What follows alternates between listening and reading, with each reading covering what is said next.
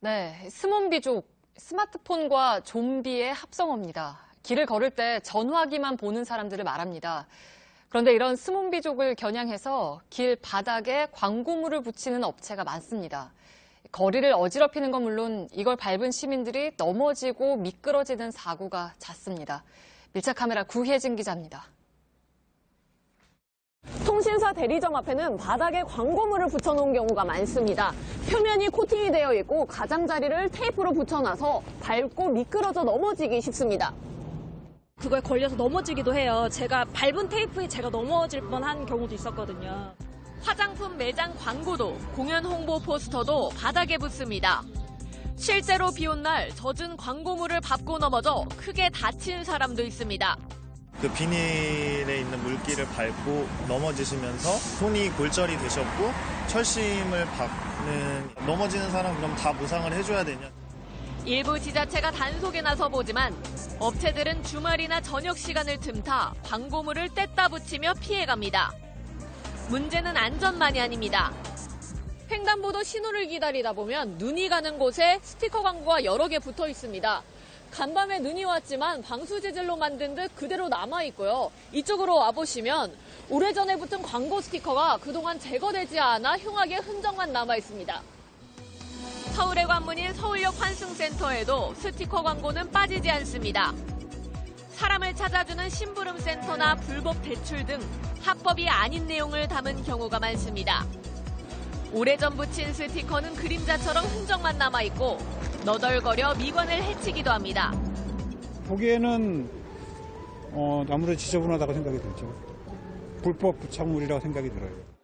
떼기 쉬운 벽보는 쉽게 단속되지만 스티커는 떼기 어려워 단속이 더욱 쉽지 않고 지자체의 단속 의지도 덜합니다.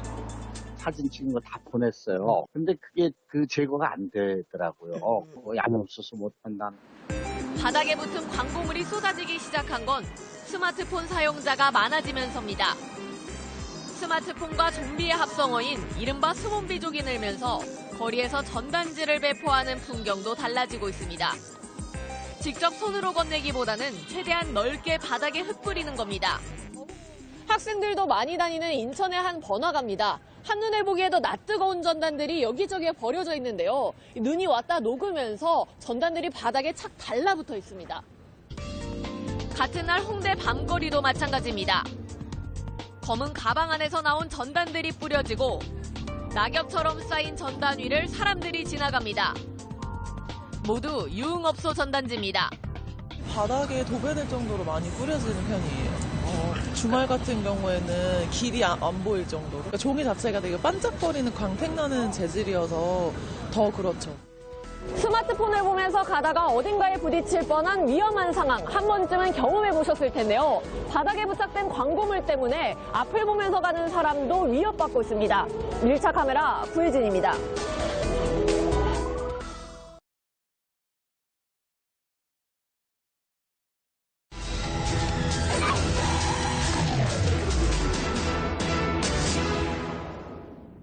오늘 밀착 카메라는 인천의 한 아파트를 다녀왔습니다. 현관문이 안 닫히고 땅이 기울면서 벽에 금이 가고 있는데 불안에 떠는 주민들은 지하 고속도로 터널 공사를 지목하고 있습니다. 김도훈 기자입니다. 제가 지금 나와 있는 곳은 인천 시내 한 아파트 입구입니다. 최근 수도권 집중호우 이후에 이 아파트에서 황당한 민원이 수차례 접수되고 있다는데요. 도대체 어떤 일이 벌어지고 있는지 안으로 한번 들어가 보겠습니다. 지난 1984년 지은 이 아파트엔 모두 260여 세대, 1000여 명의 주민들이 살고 있습니다. 아파트 주변 땅이 한쪽으로 기울기 시작했다는 것을 알게 된 건 주차장 접촉사고 때문이었습니다. 빨라지고 있어요. 어느 날 갑자기 이중 주차된 차량들이 뒤로 한꺼번에 밀리면서 뒤엉켰던 겁니다. 어느 순간부터 쭉 내려와가지고 차들이 그냥 저절로 굴러 내려오는 거예요. 불과 3개월 전까지만 해도 이런 일이 없었어요. 아파트 복도 위로 올라와 봤는데요. 곳곳에 현관문을 열어놓은 채 생활하는 집들을 볼 수가 있습니다. 더위를 피하기 위해서 그런 걸 수도 있지만 사실은 한 달 가까이 현관문이 제대로 닫히지 않고 있는 것 때문인데요. 직접 이렇게 문을 닫아봤더니 둔탁한 소리를 내면서 문 전체가 이렇게 떨어져 나갈 듯이 앞뒤로 흔들리는 것을 볼 수가 있습니다. 이런 집들이 이 아파트 단지에만 30채가 넘는다고 합니다. 관리사무소에 접수된 입주민들의 수리 요청 민원만 수십 건에 달했습니다. 어찌된 일인지 시간이 갈수록 문을 여닫기가 더 어려워집니다. 애가 학교 갔다 오더니 문이 안 열어진다는 거예요. 고쳐서 잘 됐는데 또 이렇게 문이 안 되는 거야. 승강기업 비상계단 출입문도 틀어졌고 복도에서도 곳곳에 균열이 생겼습니다. 집 안으로 들어가 봤습니다. 방문은 한쪽으로 기울어져 아예 닫히지 않고 볼펜이 들어갈 정도의 틈이 벌어졌습니다. 요거 문 안 닫혀서 어떻게 하셨어요? 안 닫히니까 여기 딱 맥히니까 있는 거 떼기니까 깎아냈지. 욕실에 붙어있던 타일 조각도 하나둘 떨어졌고 집안 곳곳엔 금이 생겼습니다. 플라스틱 샷입니다. 문을 닫아봤더니요, 한눈에 봐도 위쪽과 아래쪽 너비가 다른 거를 볼 수가 있습니다. 직접 한번 줄자로 재봤더니요, 아래쪽은 4.5cm 정도인 반면에 위쪽을 한번 재볼까요? 9.6cm 정도로 배 이상 차이가 나는 것을 확인할 수 있습니다. 스마트폰 수평계에도 바닥이 한쪽으로 기울어진 상태라는 것이 확인되고 바닥에 내려놓은 탁구공은 곧바로 한쪽으로 굴러갑니다. 주민들은 아파트 지하를 지나는 제2외곽순환고속도로 지하터널 공사가 끝난 지난해 10월부터 이런 현상이 심해졌다고 주장합니다. 이 아파트 앞 바로 상가 건물 벽과 바닥 사이에도 이렇게 균열이 깊게 생긴 걸 볼 수 있습니다. 제 손 하나가 다 들어갈 정도인데요. 이 꽂혀있는 철근을 한번 위로 뽑아보겠습니다. 이 성인 키를 훌쩍 넘길 정도고요. 이 높이가 3m 돼도 그 끝이 안 보일 만큼 그 균열의 깊이가 깊다는 걸 알 수 있습니다. 한 차례 안전점검에서 정밀 안전 진단이 필요하다는 결론이 나왔지만 입주민들과 시공사 측이 이견을 보이면서 정밀 진단도 미뤄지고 있습니다.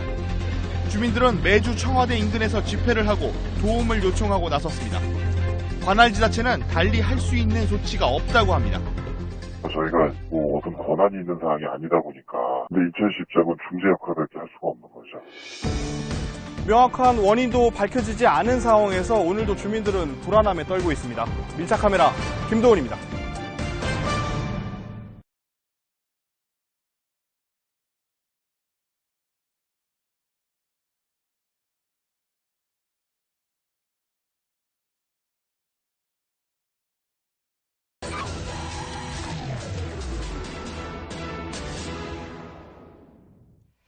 평평했던 아파트 산책로가 움푹 내려앉고 지하 주차장엔 여기저기 금이 가고 이게 고작 한두 해 사이에 일어난 일들이라면 어디 문제 있는 거 아닌가 불안하기 마련이죠. 제대로 된 안전 진단을 해달라는 주민들 목소리에도 해당 지자체는 소극적입니다. 밀착 카메라 손광균 기자입니다. 경기도 김포의 한 아파트 단지입니다. 제가 걷고 있는 이쪽은요, 언뜻 보면 평범한 산책로 같습니다. 하지만 불과 몇 년 전까지만 하더라도 이곳 산책로의 높이가 지금 제가 서 있는 곳과 같았다는 게 이곳 주민들의 주장입니다. 맨홀 뚜껑들은 한쪽으로 기울었고 지면과 평평하게 있어야 할 배수시설도 앙상하게 드러났습니다. 같은 단지의 바로 옆동과 비교하면 차이점이 더 두드러집니다. 한쪽 아파트는 손바닥 하나가 들어갈 만큼 땅이 꺼졌지만 옆동의 아파트는 흙이 쓸린 자국만 조금 보이는 정도입니다. 땅바닥이 기울고 있다는 것을 보여주는 곳은 또 있습니다. 이 아파트 단지 안에서 유독 땅 꺼짐이 심하게 발생한 곳이 바로 이 자전거 보관대인데요. 이쪽을 보면요, 벽과 자전거 보관대가 붙어 있었지만 지금은 흔적만 남아있고 제 몸이 들어갈 정도로 간격이 벌어져 있습니다. 아래쪽으로는 이렇게 떨어져 나온 듯한 나사못들이 굴러다니고 있습니다. 아파트 내부 이곳저곳에도 고쳐야 할 곳이 생깁니다. 온 힘을 다해도 문이 안 닫히는 집이 있는가 하면 장롱문이 저절로 열리는 곳도 있습니다. 샤워하면서 무슨 금 가는 소리가 들렸어요. 근데 처음에는 이제 무슨 소리인지 몰랐는데 나중에 이제 타일이 아래쪽이 깨졌었거든요. 그때 이제 이게 타일이 깨지는 소리였구나 하고 알게 됐어요. 이 동에 있는 120세대 가운데 크고 작은 피해가 접수된 곳은 85곳에 이릅니다. 모두 최근 1년 사이 발생했거나 발견된 것들입니다. 주민들은 아파트 근처에서 지난해부터 본격적으로 시작된 도시철도 공사를 원인으로 지목합니다. 어느 날 이렇게 지나가다 보니까 이 아파트 옆에 나무가 이렇게 이런 나무였거든요. 그게 막 다 옆으로 쓸그러지는 거예요.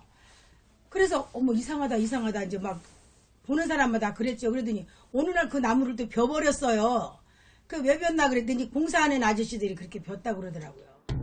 김포시 도시철도 시공사 측은 이 지역의 지하수 수위가 낮아지면서 집안 침하가 발생했을 수는 있지만 공사와 지하수 수위 저하 사이에는 직접적인 관련이 없다는 입장입니다. 아파트가 18년 된 아파트고 세대 내부는 지하철 공사하고 연관이 없다고 나왔고요. 그런데 이상한 부분이 있습니다. 시공사 말대로 이곳이 노후화됐기 때문이라면 옆 주차장과 이곳이 똑같이 갈라져 있어야 하지만 이쪽 벽면은 깨끗해 보입니다. 김포시는 정밀 안전진단을 하자는 주민들의 요구에 대해 지난해 한 차례 진행했다며 거부한 상황입니다. 다만 입주민들이 객관적인 조사를 위해 학계 전문가, 시공사와 함께 협의체를 구성하자는 요청에 대해서는 참여할 뜻을 밝혔습니다. 건축물에 대한 주변의 안전 부분을 어떻게 점검할 것인지에 대한 논의를 하자. 전문가들은 철도 공사를 위해 지하수를 퍼내는 과정에서 수위가 낮아졌고 이로 인해 땅이 꺼졌을 가능성이 크다고 지적합니다. 같은 건물에서 여기만 균열이 있고 다른 편에는 균열이 없다는 것은 여기에 어떤 주변에 있는 토목공사하고 영향이 있다고 보는 게 아주 합리적인 생각이죠. 그러니까 그 개연성이 많아요. 아파트 주민들이 요구하는 건 지하철 공사를 진행하는 한편 주변 지역의 안전도 보장해달라는 겁니다. 하지만 지자체와 시공사의 소극적인 자세가 이어지면서 주민들의 불안감은 더욱 커지고 있습니다. 밀착 카메라 손광균입니다. 양심이 있으면 발표하다.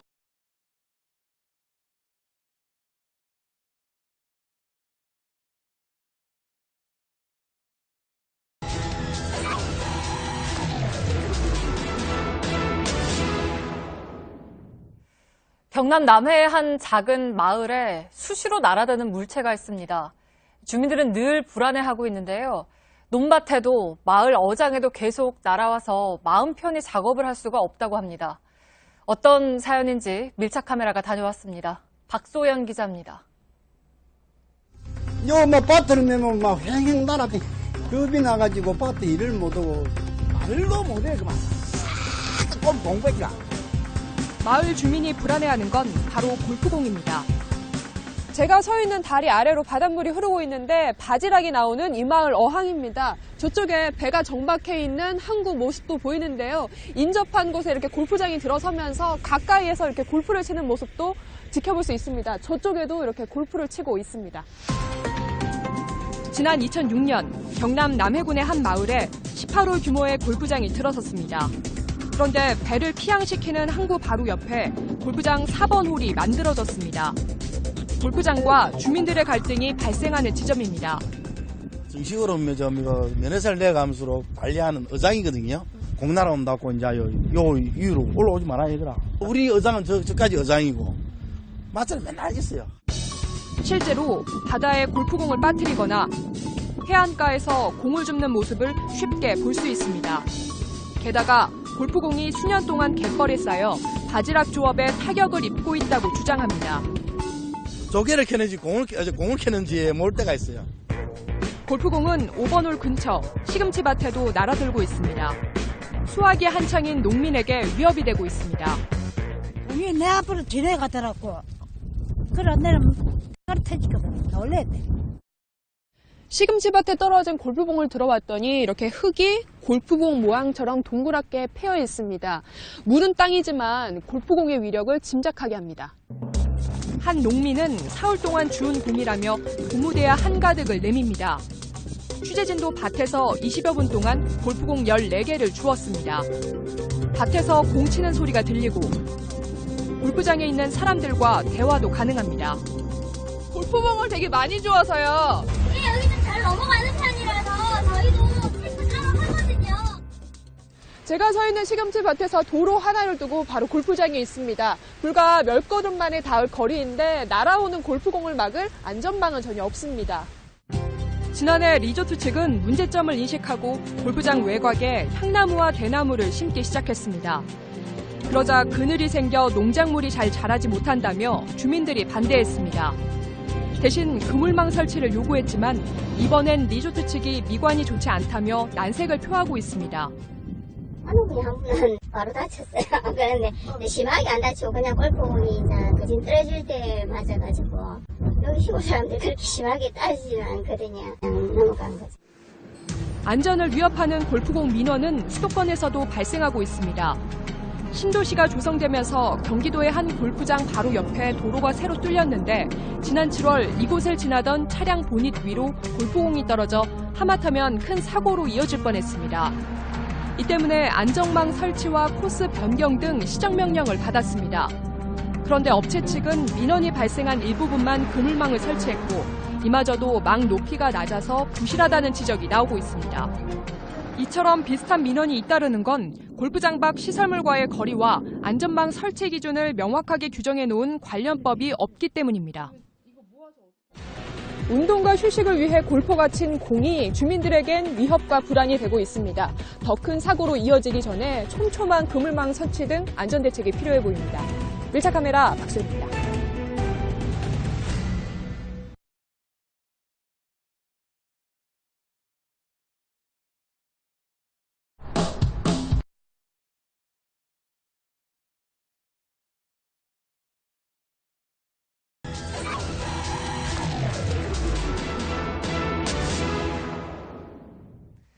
시민들이 책을 자유롭게 볼 수 있도록 한 무인 도서관이 서울 시내 곳곳에 마련되어 있습니다.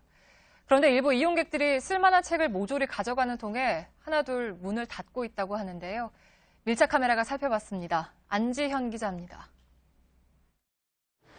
이곳은 지하철 교대역 내에 있는 도서관입니다. 시민들이 기부한 도서로 운영되는 곳인데요.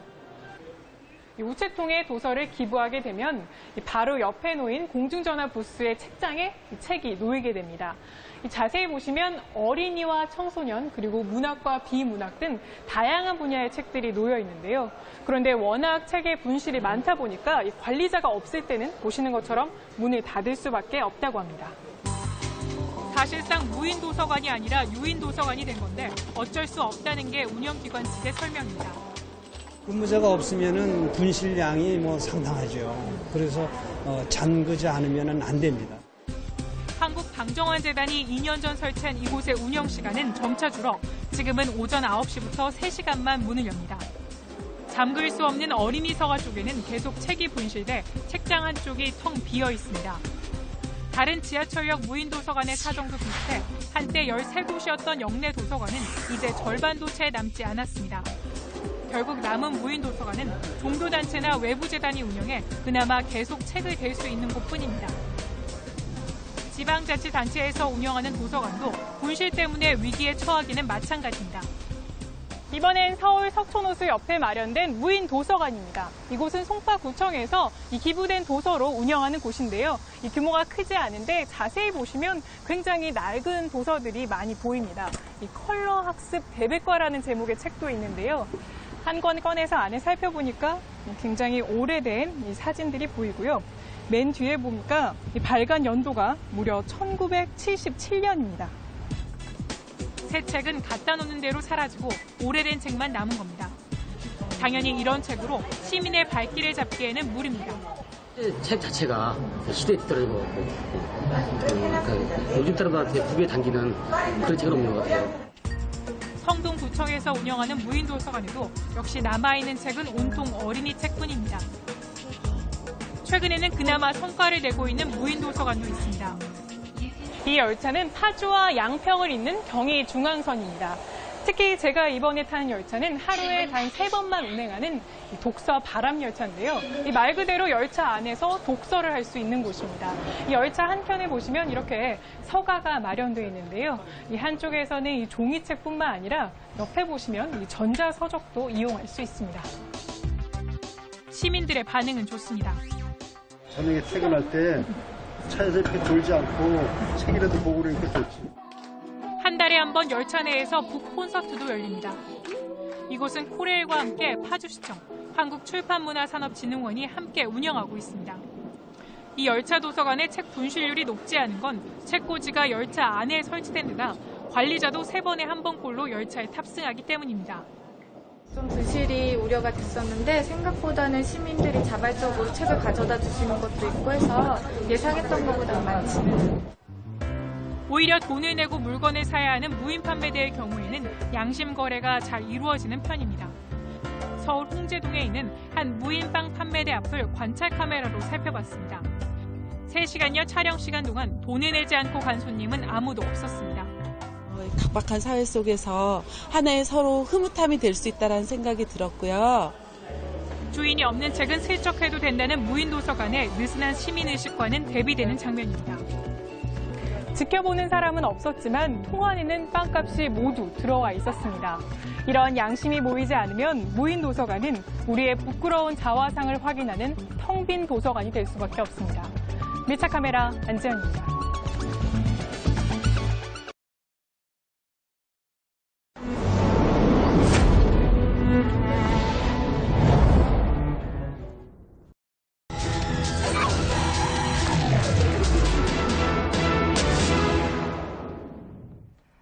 네, 지난해 어린이 놀이터 안전점검이 의무화되면서 기준에 미치지 못하는 많은 놀이터가 문을 닫았는데요.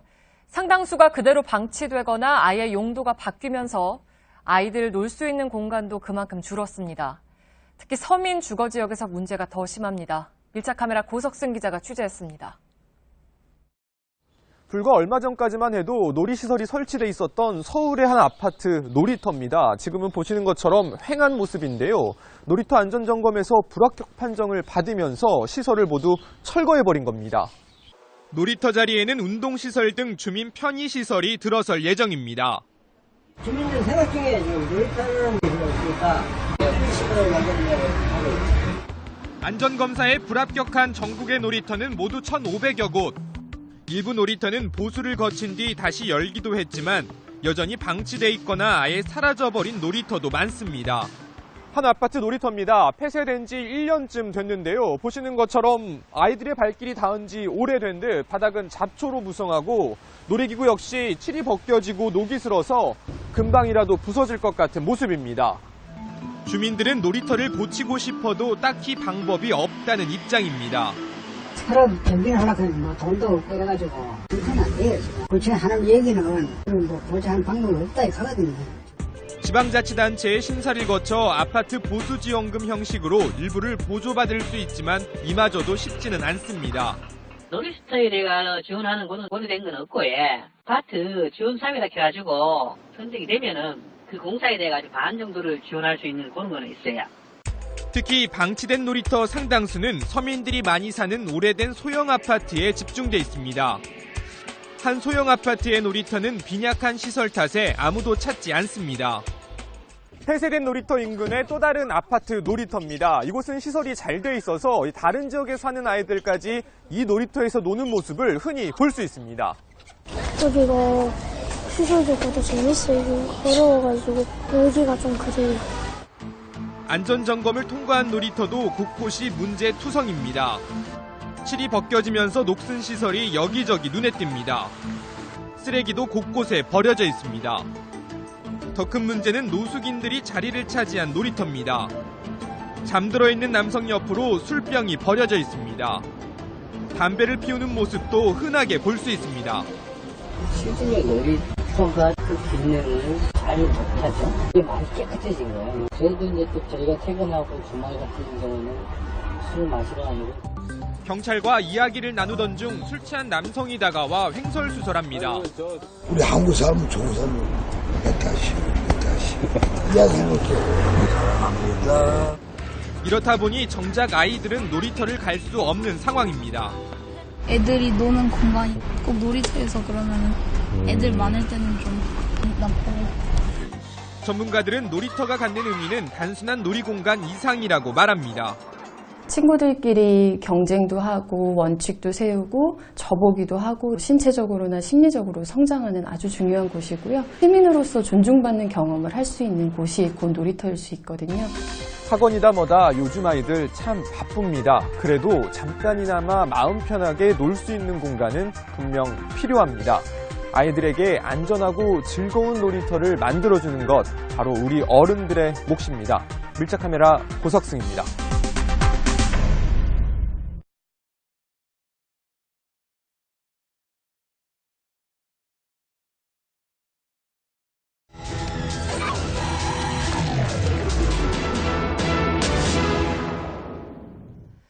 전국에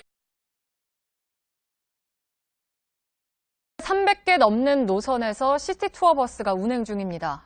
그런데 최근 휴가철을 맞아 각 지자체들은 더 많은 노선을 경쟁적으로 확대하고 있습니다. 의욕적인 모습이긴 한데 정작 관광객들에겐 별로 환영받지 못하는 모양입니다. 이유를 알아보죠. 밀착 카메라 안지현 기자입니다.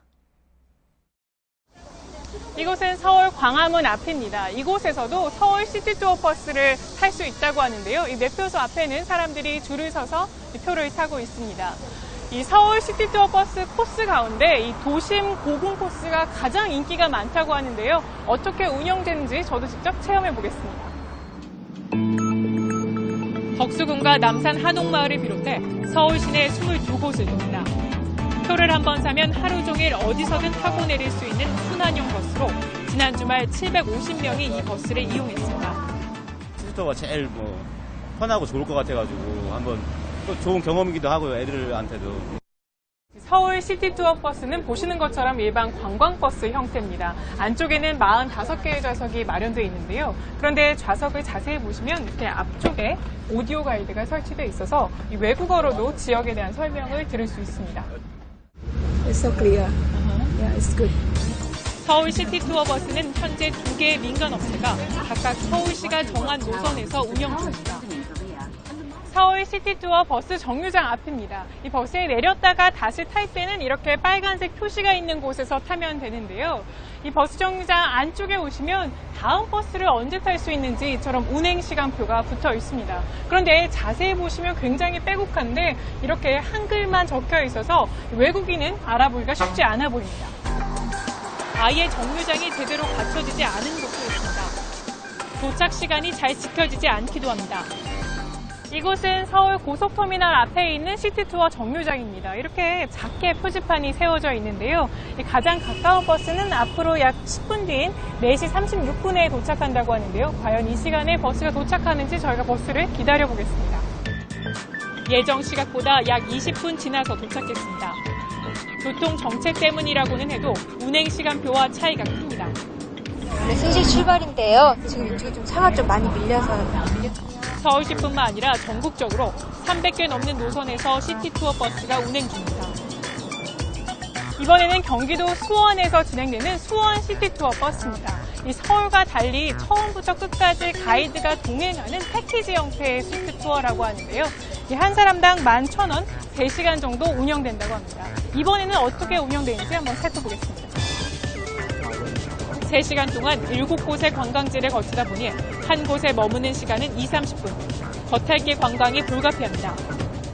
공연만 다 보시게 되면 행궁하는 구경을 하실 수가 없으니까 공연을 한 15분 정도 보시고. 보고서는 좋았는데 좀 길게 좀 체험하기에는 약간 좀 아쉬운 면이 좀 있고요. 이러다 보니 수원 시티투어 버스의 하루 평균 이용객은 17명. 수원시는 지난해엔 1억 800만 원, 올해는 9,200만 원을 세금으로 지원했습니다. 그런데도 이용객이 부족하면 운영을 안 하기도 합니다. 안산 시티투어 버스는 새 노선 운행 첫날인 지난 토요일 운행을 하지 못했습니다. 오늘은 인원이 없어서 못합니다. 오늘은 예약 없었습니다. 이날 경기도 광주의 시티투어 버스도 같은 이유로 운행을 하지 않았습니다. 서울시가 이번 달부터 새롭게 운행하는 서울 시티투어 버스 노선입니다. 보시는 것처럼 강북과 강남을 직통으로 한 번에 연결하는 최초의 노선인데요. 그런데 아직까지 이용객은 적다고 합니다. 이처럼 노선의 다양화도 중요하지만 이 내실화를 통해서 우선 관광객이 찾는 시티투어 버스를 만드는 일이 더 시급해 보입니다. 밀착 카메라 안지현입니다.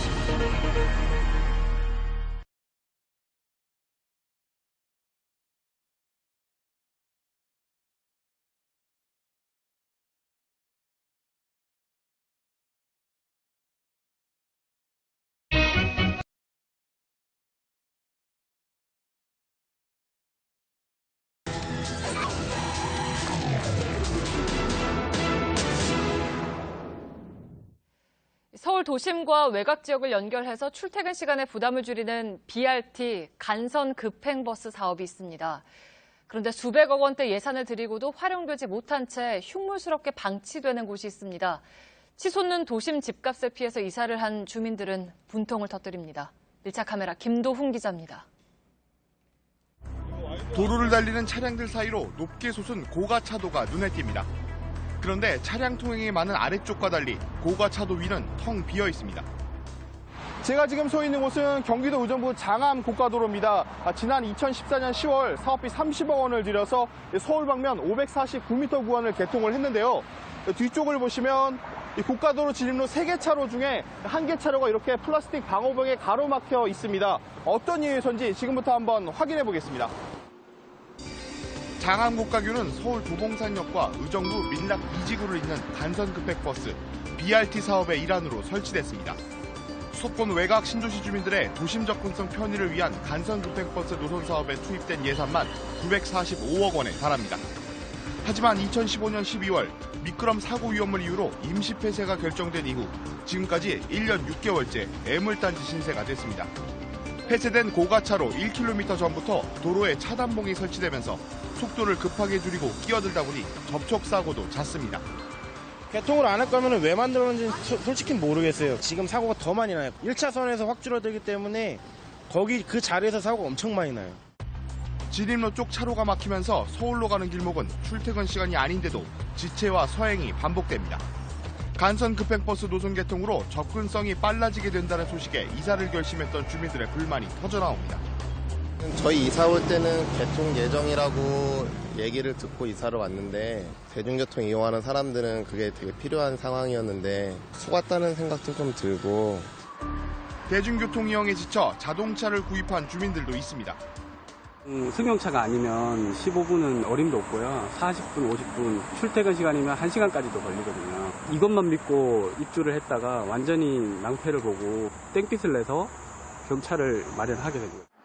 10억 원의 예산이 투입된 간선 급행버스 정류장 시설물 곳곳은 페인트가 벗겨졌고 의자엔 먼지가 수북합니다. 3년 전 지어진 간선 급행버스 정류장입니다. 아래쪽을 보시면 잡초와 함께 각종 생활용 쓰레기가 이렇게 나뒹굴고 있습니다. 승강기 앞쪽을 한번 보실까요? 승강기는 당연히 작동이 되지 않고 있고요. 이 비닐도 채 벗겨지지 않은 새 승강기지만 출입구 앞쪽을 보시면 이렇게 시커멓게 녹이 슬어 있습니다. 지자체는 신도시 입주율이 예상보다 낮아 수익성 악화를 이유로 버스 노선 설치를 운수업체들이 거부하고 있다고 주장합니다. 네, 위너 들어와요. 네, 많이 더 있어요. 그렇죠. 운수업체들이 이제 버스를 준비해야 되고 빠른 시일 내에 이제 개통을 하려고 저희가 이제 최선을 다하고 있습니다.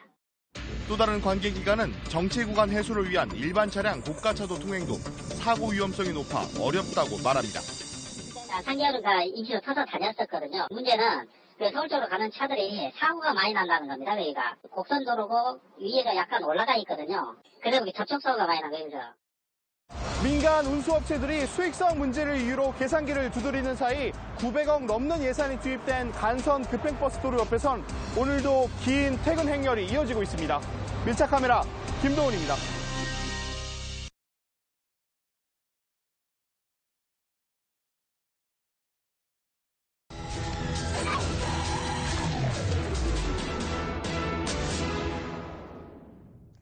문연 지 1년도 안 돼 부도가 나면서 유지 관리가 전혀 안 된 백화점이 있습니다. 오랜 시간 흉물스럽게 방치돼 있는데요. 20년 넘게 안전점검 한 번 받지 않고 대형 화재 위험에도 고스란히 노출돼 있습니다. 오늘 밀착 카메라는 시한폭탄으로 변한 백화점 관리 실태를 들여다보겠습니다. 홍광균 기자입니다.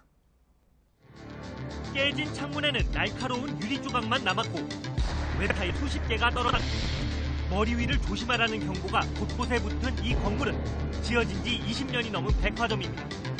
버스 정류장과 재래시장이 붙어 있어 유동인구도 많지만 개점 8개월 만에 부도가 나면서 그대로 방치됐습니다. 유리와 타일이 차량 위로 떠져 파손된 일만 여러 차례인데 건물 내부도 오랫동안 관리의 손길이 닿지 않았습니다. 처음 이 백화점이 문을 연 1990년대 초중반만 하더라도 층당 약 600제곱미터, 200평 규모의 큰 매장이었는데요. 하지만 부도 이후 많은 사람들이 떠나가면서 한동안은 체육관으로 사용되기도 하는 등 이 공간에도 큰 변화들이 있었습니다. 지금은 이곳이 한때 백화점이었다는 걸 알려주는 건 두 가지가 있는데요. 하나는 창문이 없다는 점과 두 번째는 시계를 찾아볼 수 없다는 겁니다.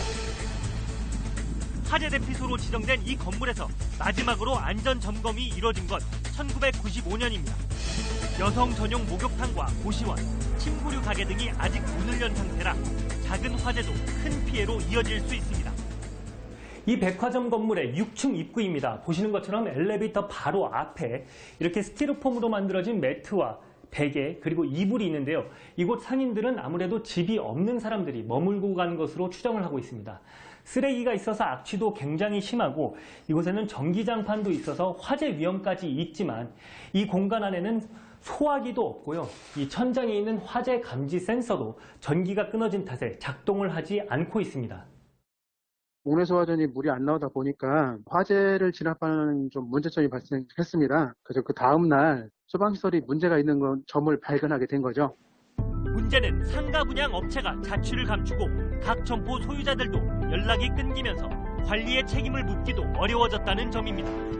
보다 못한 입주 상인이 자비로 건물 바깥에 가림막을 설치했지만 구청이 민원을 이유로 철거 명령을 내린 적도 있습니다.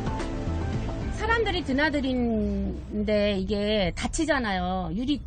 유리가 저도 여기 있는데 유리가 확 떨어져갖고 난리가 났었어요. 철거를 시켰어요. 왜냐하면 구청에서 법이 아니다. 대안이 없어요. 무조건 철거해라 그러더라고요. 지자체가 뒤늦게 펜스를 설치했지만 그마저도 도로 쪽으로만 낸 상황입니다. 건물이 사유지인 만큼 내부의 화재 예방이나 입구 쪽 통행 안전까지는 책임지기 어렵다는 입장입니다. 관리 주체가 없어요. 부도가 나가지고. 사유자산에다 예산을 투입할 수가 없잖아요. 재능 기부를 받아서 지나가는 행인이 다치지 않도록 그 조치를 했고. 제가 들고 있는 건 이곳 주변에서 쉽게 찾을 수 있는 이 벽에서 떨어져 나온 타일 조각입니다.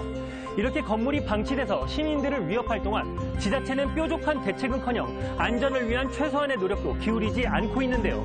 소를 잃고 나서야 외양간을 고치려는 듯한 행정이 여기저기서 반복될 동안 시민들의 안전은 사각지대로 내몰리고 있습니다. 밀착 카메라 손광균입니다.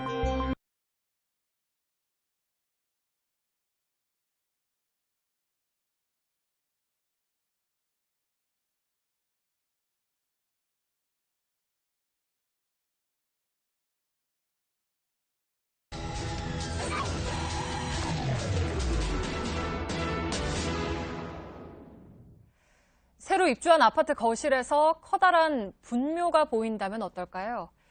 후손에겐 애틋한 장소지만 주민들에겐 기피시설인 공동묘지를 둘러싼 갈등이 곳곳에서 벌어지고 있습니다.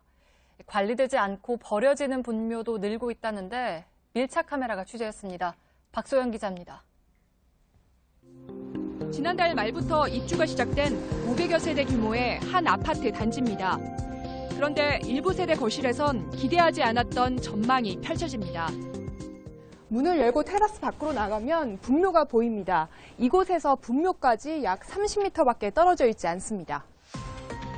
지난 2007년 신도시가 건설되며 이 일대에 있던 분묘 130여 기 대부분이 이장됐습니다.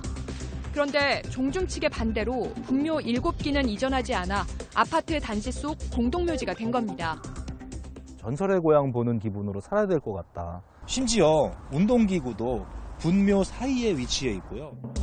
묘지 이장이 활발하게 논의될 당시 수원시가 해당 분묘를 향토 유적으로 지정했는데 이것 때문에 문제가 더 꼬였습니다. 현재 경기도시공사가 종중 측에 지급한 분묘 이전 보상금은 법원에 공탁한 상태입니다.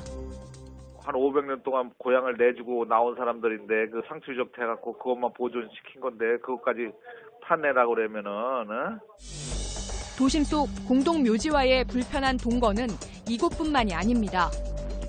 저녁 때 가끔 이렇게 강아지 데리고 산책 나올 때도 거긴 안 갔어. 혼자 간 적은 없어요. 무서워서요. 날이 밝고 다시 이곳을 찾았습니다. 초등학교 입구에서 찻길 하나만 건너면 사설 법인묘지 입구와 이어집니다. 1만여 기 묘가 있는 곳인데 바로 앞 학교에서 훤히 내려다 보입니다. 묘지가 들어선 지 30년이 지난 후인 2001년 주변에 학교와 아파트 단지가 생겨났습니다. 묘지 외관을 바꿔보려 해도 10년 이상 관리비를 체납한 분묘가 전체의 30%에 달해 이마저도 쉽지 않습니다. 주소랑 뭐 그런 게 옛날 주소로 다 돼 있고 찾으고 해도 거기서도 한 10% 5%도 못 찾습니다. 지자체나 사설 기관 등 묘지를 관리하는 주체가 없는 공동 묘지의 경우 상황은 더 열악합니다. 왕복 5차로 바로 옆에 묘지 100여 개가 있습니다. 일부는 후손이 관리하고 있지만 주인을 알 수 없는 버려진 묘가 대부분입니다. 비석 주변에는 메마른 나뭇가지가 어수선하게 엉클어져 이렇게 수풀을 이루고 있습니다. 봉분마저 내려앉아 어디까지가 묘지인지 알 수 없을 정도입니다. 이곳 바로 옆에는 상당 기간 관리를 하지 않은 걸로 추정되는 분묘도 이렇게 방치돼 있습니다. 아무리 주인 없는 분묘라고 해도 현행법상 묘를 함부로 이장하거나 정비할 수 없습니다. 이 때문에 수십 년간 묘지 관리비를 체납하거나 주인을 알 수 없는 분묘가 늘고 있지만 손도 못 대고 그대로 두고 있는 실정입니다. 10년 이상 관리 안 된 거는 빨리 다 무형분묘로 처리하도록 법적 규제를 만들고 그다음에 그 토지를 최대한 활용을 해서 국토를 효율적으로 이용해야 된다 이런 차원이에요. 우리나라의 분묘는 2,100만여 기, 전국 주거 면적의 3분의 1에 달할 것으로 추정됩니다. 현재 주인 없이 방치된 집단 묘지를 정비해 도시 숲 등으로 개발하는 내용을 담은 법안이 국회에 발의된 상태입니다. 장례 문화가 매장에서 화장으로 바뀌어가며 묘지에 대한 인식 또한 점차 변하는 추세다 보니 갈등 또한 자꾸 생겨나고 있습니다. 묘지 이전을 둘러싼 갈등을 현명하게 해결할 수 있는 사회적 합의가 필요할 때입니다. 밀착 카메라 박소윤입니다.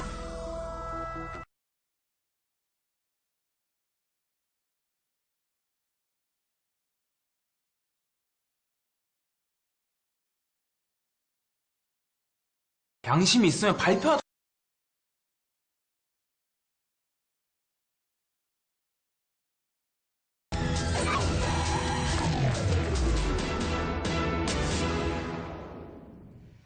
네, 바퀴보다 차라리 두 발이 빠르다는 곳이 있습니다. 몇 년 사이에 인구가 10배 늘어난 서울 강남 보금자리 지구입니다. 도로는 언제나 꽉꽉 막혀 있고 주차할 곳은 눈 씻고 봐도 찾기 어렵습니다. 당국이 손을 놓고 있는 동안 불편과 혼란은 수만 명 주민들 몫입니다. 밀착 카메라 김도훈 기자입니다. 서울 세곡동 자곡사거리에 시내로 들어가려는 차량 행렬이 끝도 없이 길게 늘어서 있습니다. 수서역과 세곡동 사거리를 잇는 밤구계로 3.3km 구간에서 매일 아침 벌어지는 출근길 모습입니다. 네, 많이 막 저기서 여기 오는데 보통 한 30분, 5분, 10분이면 오는 것을 갖다가 버스를 타는 것보다 걷는 게 더 빠르다는 말이 나옵니다. 금요일날 토요일날이면 수서역 세곡동 사거리에서 수서까지 아니면 그때는 1시간씩 걸려요. 서울 강남 보금자리 지구 입주민은 2009년 5천여 명에서 지난해 5만여 명으로 10배 가까이 늘었지만 교통 개선 방안은 여전히 제자리 걸음입니다. 한국토지주택공사 LH와 서울주택도시공사 SH가 각각 개발에 나섰는데 인구 기준에 미달됐다는 이유로 광역교통 개선책을 세우지 않은 탓입니다. 세곡동 주택가 인근 도로변입니다. 이 담벼락을 따라서 불법 주차를 막기 위해서 이렇게 주차 고깔이 줄지어 서 있고요. 맞은편을 보실까요? 이 도로변을 따라서 불법 주차를 막기 위한 대형 화분 10여 개가 늘어서 있습니다. 직접 옮겨보려면 이 성인 남성이 들기에도 쉽지 않은 무게입니다. 5만 명 가까이 사는 미니 신도시지만 공영주차장 하나 없어 주민들과 상인들은 하루하루 주차와의 전쟁에 시달립니다. 반찬 1, 2만 원 사러 왔다가 또 뭐 상가마다 택시 누가 오겠습니까? 불안해서. 보도블록 위는 주차된 차들이 차지했고 가게들은 주차 단속에 대비하라는 안내문을 써붙였습니다. 단속된 거 니네가 내라 그러고 집어던지고 가고 그럴 때 진짜 속 터져요. 그냥 두고 가버리니까. 손님도 단속 걱정에 발길을 돌리기 일쑤입니다. 저희 단골 손님들도 차달 데가 없어서 여러 바퀴 돌고 다시 가시는 분들도 많이 있다고. 적발된 주정차 단속 건수도 2014년 5,100여 건에서 지난해 12,000여 건으로 2년 만에 배 이상 늘었습니다. 차량 이동하십시오. 안녕합니다. 이동하세요. 강남 보금자리 지구에서만 하루 300건, 강남구 전체의 30%가 넘는 주차 단속 요청이 접수됩니다. 세곡지구가 이제 가장 많습니다. 우리 강남구 중에서. 주차장도 확보되지 않은데 단속만 하면 어떻게 하느냐 그런 이제 항의성 민원이 많습니다. 주차장이 들어설 예정인 곳은 흉물스럽게 수년째 방치돼 있습니다. LH가 민간에 매각한 주차장 부지입니다. 하지만 이렇게 울타리가 쳐져 있고요. 그러니까 안에는 그대로 쓰레기나 경작물이 방치된 채로 놓여 있는데요. 사정이 이렇다 보니까 주민들은 이렇게 길가에 불법 주차를 할 수밖에 없는 실정입니다. 실제로 저희 취재 차량도 차를 세운 지 10분 만에 가트려부가 대상이 됐습니다. LH가 민간에 매각한 주차장 부지 4곳의 면적은 약 5,900제곱미터. 주차장으로 만들면 300대 이상 수용할 수 있는 규모입니다. 하지만 개인 소유의 주차장 부지를 강제할 수 있는 마땅한 규정이 없는 실정입니다. 개인 소유자나 사업자에게 계속 주차장을 조성해달라고 공문을 보내드렸습니다만 그쪽에서는 지금 주변에 어떤 개발 여건이 수익이 나지 않는다고 그런 판단을 해가지고 빗나간 수요 예측과 안이한 행정으로 피해를 보는 건 수만 명의 보금자리지구 주민들입니다. 근본적인 문제를 해결할 뾰족한 대책도 없이 반복되는 악순환의 고리를 끊기 위한 당국과 지자체의 고민이 필요할 때입니다. 밀착카메라 김도훈입니다.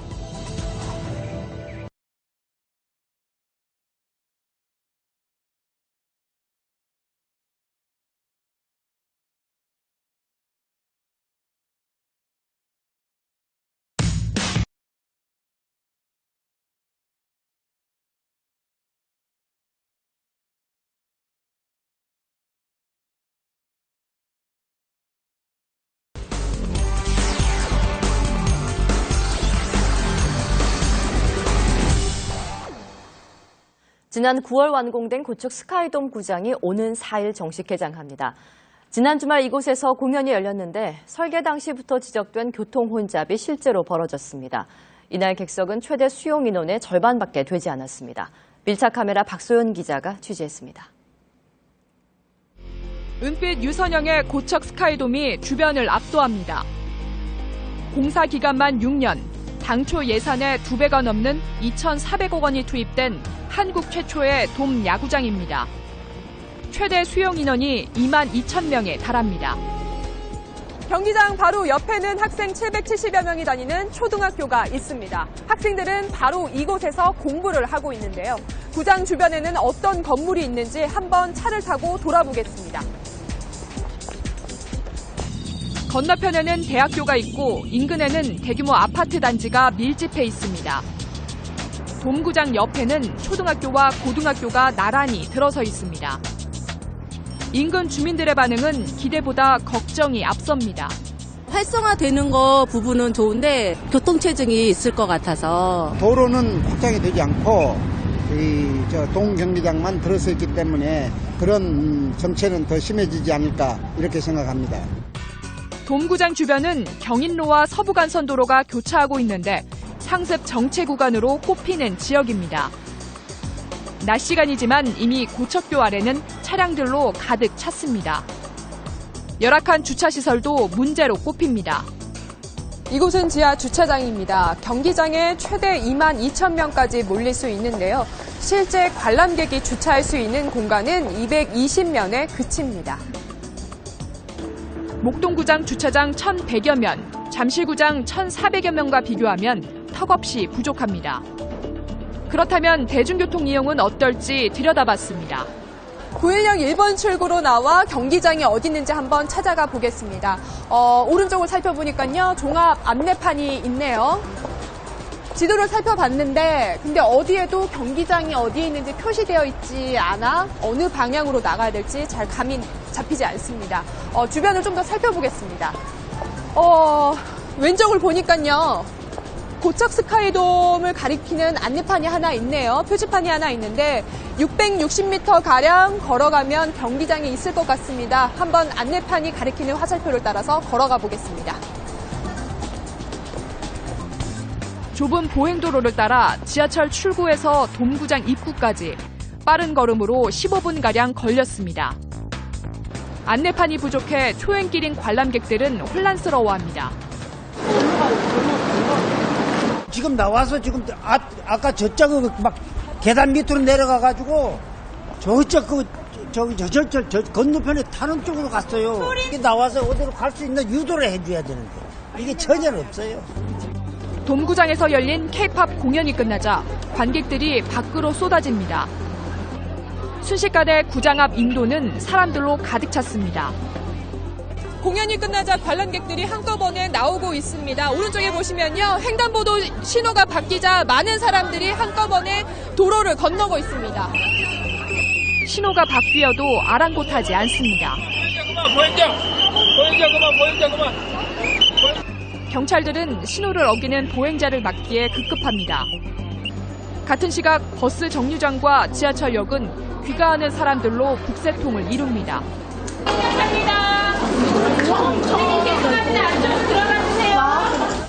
이날 돔구장을 찾은 인원은 최대 수용 가능 인원의 절반 수준인 12,000여 명에 불과했지만 곳곳에선 혼란이 빚어졌습니다. 주차난부터 교통 혼잡까지 돔구장 설계 당시부터 지적된 문제들이지만 여전히 해결책을 찾지 못하고 있습니다. 보행거리를 줄일 수 있는 지하철역 9일역 서축 출구 신설을 위한 공사가 한참 진행 중에 있습니다. 주변에 있는 민영 주차장들과 지금 협의를 거의 마쳤고요. 고척 스카이돔이 오는 4일 정식 개장을 앞두고 있습니다. 꿈에 그리던 돔구장 시대가 열렸지만 기대보다는 우려의 목소리가 높아지고 있습니다. 밀착 카메라 박소윤입니다.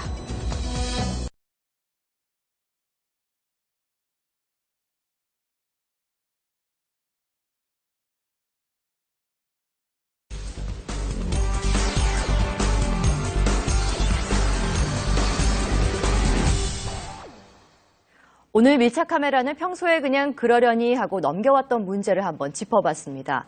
대중교통 행복지수에 가장 큰 영향을 미치는 게 환승시간이라고 하는데요. 밀착 카메라가 환승시간이 길어도 너무 길다 싶은 역들을 한번 살펴봤습니다. 알고 보니 애초 설계부터 시민 편익보단 운영 이익이 먼저였습니다. 박소연 기자입니다. 디지털 미디어 시티역 DMC역에 나왔습니다. 제가 이곳에 나온 이유는 시청자 한 분께서 제보 게시판에 글을 하나 올려주셨기 때문인데요. 이 역처럼 환승 구간이 긴 역을 이용할 때마다 그 이유가 무엇인지 알고 싶다라고 의문점을 남기셨습니다. 안쪽으로 들어가서 제보 내용을 한번 확인해 보겠습니다. 디지털 미디어 시티역 공항철도 승강장에서 경의선을 갈아타 보겠습니다. 한층 올라가 개찰구를 통과하고 무빙워크를 타고 한참을 내려갑니다. 에스컬레이터를 타니 또다시 계단이 나옵니다. 이후에도 6호선 승강장을 지나 에스컬레이터를 2번 더 타야 최종 목적지에 도착할 수 있습니다. 공항철도에서 경의선 승강장까지 10분 7초가 걸렸습니다. 얼만큼 더 가야 되냐고 난감한 거예요. 표시가 안 돼 있으니까. 이쪽을 안 왔을 텐데 잘못 걸렸다 이런 생각 자주 하거든요. 디지털 미디어 시티역은 6호선과 경의선, 공항철도가 지나는 환승 역사입니다. 2000년 들어선 지하철 6호선을 중심으로 2009년 경의선과 2010년 공항철도가 잇따라 개통됐습니다. 비슷한 시기에 경의선과 공항철도가 들어섰지만 서로 간의 환승은 고려하지 않았다는 지적입니다. 환승 편의라는 것이 이 편익에는 잘 안 잡혀요. 환승 편의가 좋다고 요금을 더 내진 않잖아요. 그러다 보니까 이제 그 부분이 조금 도외시 되는 경우가 굉장히 많죠. 1호선 종로 3가역 인천행 열차를 탈 수 있는 곳까지 걸어왔습니다. 5호선에서 1호선을 갈아타는데 총 6분 23초가 걸렸습니다. 보다 편리한 환승을 위해 무빙워크나 에스컬레이터를 설치했지만 작동하는 시간은 정해져 있습니다. 승객들의 보행을 돕기 위해 이렇게 무빙워크가 설치돼 있습니다. 하지만 출퇴근 시간에만 이용할 수 있을 뿐 나머지 시간과 공휴일에는 작동하지 않습니다. 안내판도 부족해 시민들은 역 안에서 길을 헤매기도 합니다. 너무 많이 가. 여기인데 여기 내려가야 돼. 어디 가세요? 어디 가세요? 3호선. 여기서 가요. 아니 헷갈리지. 아니 저걸로 해놓으니까 우리 헷갈리지. 그 글씨만 보니까. 시설 운영만 고려해 시민 편의는 외면한 환승 역사도 있습니다. 경전철과 지하철 1호선을 탈 수 있는 회룡역입니다. 지금 이곳은 기존 출입구가 있었던 자리인데요. 보시는 것처럼 이렇게 막혀 있습니다. 이곳을 통하면 2분이면 지하철 승강장까지 갈 수 있었다고 하는데요. 지금은 어떻게 바뀌었는지 확인해 보겠습니다. 3층까지 올라간 뒤 승강장이 있는 1층까지 내려와야 하는 구조로 바뀌었습니다. 코레일과 지자체는 이곳에 240억 원을 들였습니다. 이렇게 만들어진 환승 통로에는 가게와 편의시설이 들어섰습니다. 기존 1호선 통행자들도 경전철 환승 통로를 이용하도록 돼 있어 승객 편의보다는 이익 추구에 급급했다는 지적이 나옵니다. 저한테 모르지 마시고 저기 저는 몰라요. 저는 몰라요. 시민들은 지하철을 이용할 때 평균 1.3회 환승을 합니다. 전체 지하철 이용 시간 58분 가운데 14분이 환승하는 데 소요됩니다. 서울연구원에 따르면 대중교통 행복지수에 가장 큰 영향을 미치는 게 바로 환승 시간이라고 합니다. 시민들은 보다 빠르고 편리한 환승을 바라고 있습니다. 밀착 카메라 박소연입니다.